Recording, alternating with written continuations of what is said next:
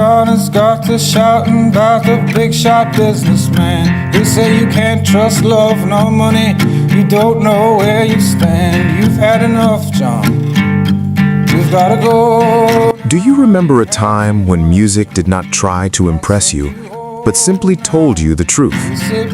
A quiet room, a wooden stool, a voice, slightly trembling, yet unmistakably honest.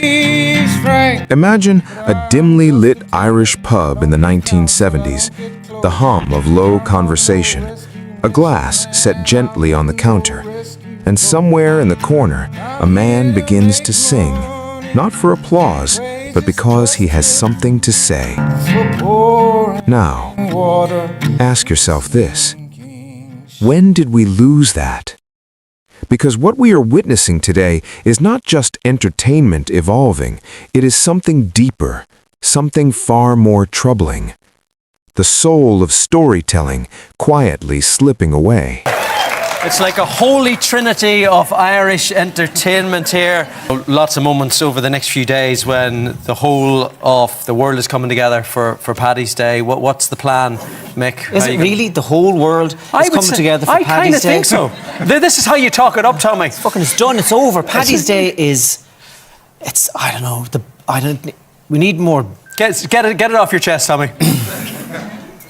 To me, it feels a little bit Disney. It's like if alcoholics ran Disneyland.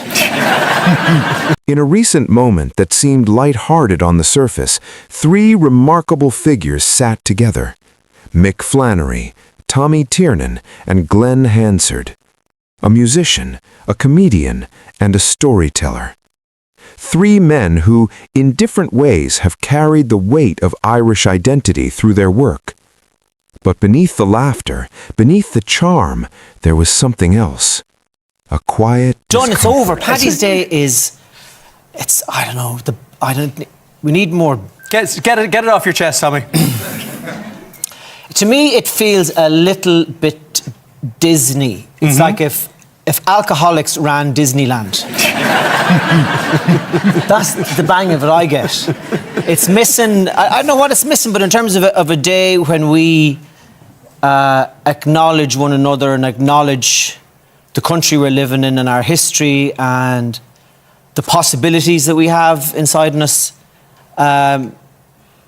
It sounds simple, familiar even, but listen closely and you begin to hear the echoes of something far greater. I'm not entirely sure that Paddy's Day is doing it at the moment, and we are entitled to redream it.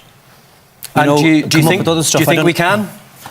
Well, I think it started now tonight here. I think this is the...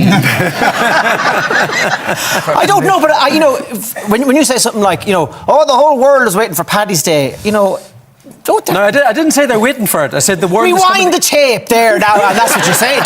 Let the record show. This is not merely a tale of rivalry or romance.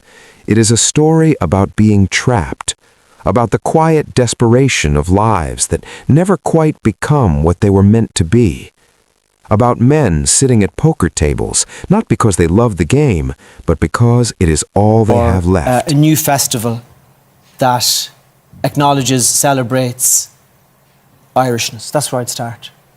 And if we end up drunk in Disneyland, so be it. We both knew this day would come, Tommy. You're about to do a musical. Yeah. You have completed show business, I believe, by doing this. Oh, really? Is that the full circuit? I think that's it. I think it is. Tell us a wee bit about it. And then, something remarkable happened. Amid the laughter and storytelling, a single performance emerged. A rendition of Carrickfergus. Not loud, not theatrical, but deeply, painfully real. You're going to give us a tune from the musical, I believe. Yeah. You've got... This is you don't have a plectrum on you by any chance today? Thank you very much.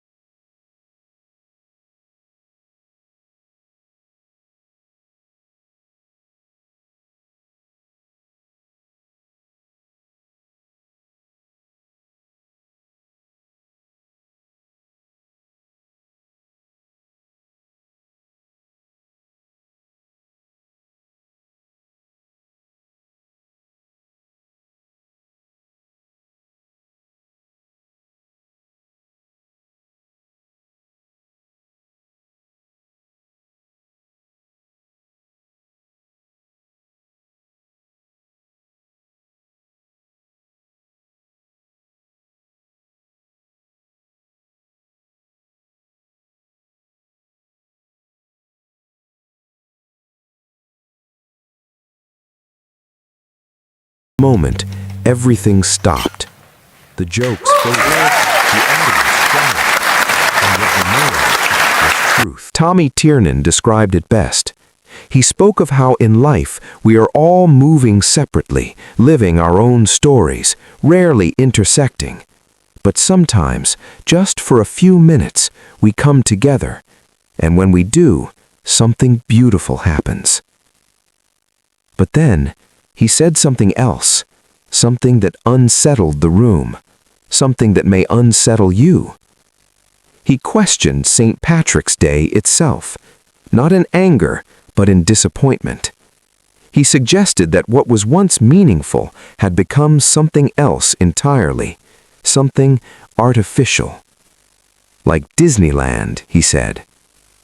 And suddenly, the laughter carried a different tone, because deep down, many understood. Imagine a time when St. Patrick's Day was not a global spectacle, but a quiet reflection of heritage. Families gathered, stories shared, songs sung not for celebration alone, but for remembrance. Now, imagine what it has become. Crowds, noise, commercial spectacle, a performance of identity rather than its expression. This is where the tragedy lies. Not in change itself, change is inevitable, but in what is lost along the way. Behind the velvet curtain of celebration, something essential has been forgotten. The depth, the struggle, the quiet poetry of ordinary lives. And this is precisely what the House Must Win attempts to reclaim. A return to storytelling that does not seek to dazzle, but to reveal. Consider the character played by Tommy Tiernan, the House. A figure of authority, control, a man who shapes the lives of others, often without their consent. He is not simply a character, he is a symbol of power, of tradition, of the invisible forces that dictate who we become. And perhaps that is why the story feels so familiar, because it is not confined to Ireland, it belongs to all of us. We have all, at some point, felt the weight of expectation, the quiet pressure to remain where we are, to accept the life handed to us rather than pursue the one we imagined. And yet, within that struggle, there is beauty, because it is in these moments of tension that the most honest stories are born. Mick Flannery understands this deeply. His music has never sought to impress. It seeks to reveal, to uncover the quiet truths that many would rather ignore. And that is why his work endures, because it does not belong to a moment, it belongs to an era. But as the world changes, one must ask, is there still space for such honesty? Imagine a young artist today, surrounded by noise, by expectation, by the constant demand to be seen, to be heard, to be noticed. Would they choose honesty if it meant being overlooked? Or would they choose spectacle if it guaranteed attention? This is the quiet dilemma of modern storytelling, and it is why moments like that studio performance feel so rare and so precious. Because for a brief moment, the noise faded, and what remained was something real. Quick favor, if you're loving this, hit that subscribe button. Over 92% of viewers haven't yet. It's free, takes a second, and means the world to us. Thanks if you did. Now back to the story.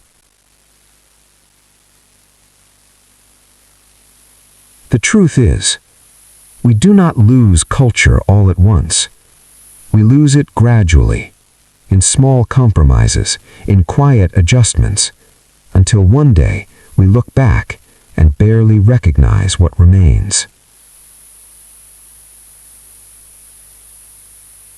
But there is still time, because as long as there are voices willing to resist, willing to tell stories that are honest, uncomfortable, and deeply human, the soul of storytelling endures.